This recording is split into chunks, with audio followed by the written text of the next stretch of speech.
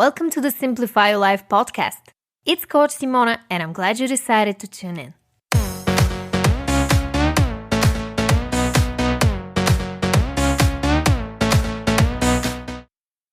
Hey everyone! In today's podcast episode, we're going to talk about how to handle stressful situations in life. And I'm going to share with you 3 easy steps that you can use when you have to face difficult situations in life. If you're new here, welcome. I'm Simona, certified life coach and author of the book 111 Ways to Simplify Your Life. I make weekly podcast episodes on personal development, so if that's something that you're interested in, make sure to subscribe.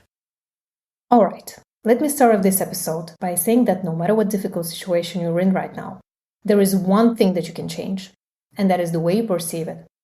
No one can take that away from you. Your perception of reality is the one thing you can always change as long as you remember to do it. It's like a muscle that you're going to build over time, but we're going to talk more about that later on in this episode. First, let's start with tip number 1, which is to define the level of control. What do I mean by this? When it comes to handling stressful situations in life, you need to be aware of how much control you have over the situation, if you have any. You can start by journaling on these 2 questions. 1. What can I control about the situation? And 2. What do I have no control over when it comes to this situation? When it comes to the things you can control, you can write all of them down, no matter how big or small they are. Then, you can think about the actions you can take to have the best possible outcome when it comes to this particular situation. What is the end result you want? What can you do to get there? Can you focus on the things you can control rather than the things that you can't? Now, when it comes to the second question, the things you have no control over, think about your best strategy. You can let go, adapt, and accept. When it comes to things that are beyond your control, your best strategy is to learn how to live with it without tormenting yourself too much or resisting reality, because it simply doesn't serve you. All you can do is find a way to adapt to this difficult situation and accept that you've done all that you can on your part, and now it's time to let go and surrender. Which actually leads me to the second step you can take, which is to play out the different possible scenarios. When you want to handle stressful situations in life, you may often find yourself catastrophizing, which is to keep picturing the worst case scenario in your mind. Here is a quick example of catastrophizing. If you're stressed out about your exam, not having a good night's sleep before the exam may cause you to assume that you will fail. Now, what are the 3 possible scenarios in any given situation? The worst case scenario, the best case scenario, and the most likely scenario. If you're facing a difficult situation right now, you've probably run through the worst case scenario multiple times already, so there is no need to talk about it any further. But what about the best case scenario? Well, let's put on your rose-tinted glasses and imagine what that would look like, no matter how impossible it may seem. And the third possible scenario is the most likely to happen scenario, the one that is the closest one to reality and has a high chance of happening. Here's how we can use these 3 scenarios to handle any stressful situation in life.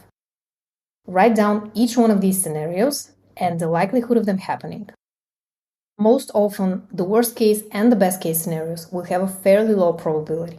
We're talking about 5% or less chance, while the most likely scenarios will have a higher probability, 30% or higher. I also like to call the most likely scenario the gray zone, since not everything is black or white, and most of our lives happen in the gray zone. Now you might be thinking, but what if the worst case scenario has a high chance of happening? We're talking about 40% or more. Well, if you think that is the case, it is time to develop a just-in-case strategy. This will put your mind at ease, and it will help you come up with a creative solution to your problem. Here's how you can go about it. Write down everything that you can do if the worst case scenario happens. Write down as much as you can until you reach the point of no control, which means you realize that you have absolutely no control over the situation from there on, and the only thing left is to let go. If you often feel restless and you want to take a deeper dive into this topic, make sure to listen to episode 157 next. I will leave a link below. My next tip is to practice mindfulness.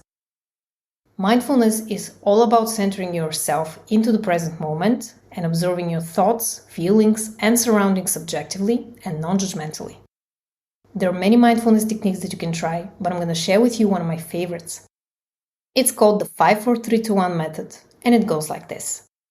Acknowledge 5 things you can see around you, 4 things you can touch, 3 things you can hear, 2 things you can smell, and 1 thing you can taste. The purpose of this exercise is to shift your focus from the stressful thoughts that are occupying your mind to what is actually happening in the present moment. Mindfulness will help you build resilience and calm down your nervous system when you're under a lot of stress. And my bonus tip is to pay close attention to your negative thoughts. Like I mentioned in the beginning of this episode, the only thing you can always count on is shifting your perception of reality. When you're faced with a difficult situation, there may not be much you can do, except learn how to handle it better by observing your negative perception of it and changing it to a more helpful one. There's an amazing free tool that can help you track all of these negative thoughts so that you can become aware of them and not let them control your life. It is called the Automatic Thought Record tool, and I made a free copy of it. So if you want to download it, just click the link in the description box below or head over to bit.ly/thoughtrecordtool. Thank you so much for listening. If you found this episode helpful, please like it. And subscribe to my channel if you don't want to miss out on my weekly podcast episodes. I'm sending you all my love, and I'll talk to you in the next one.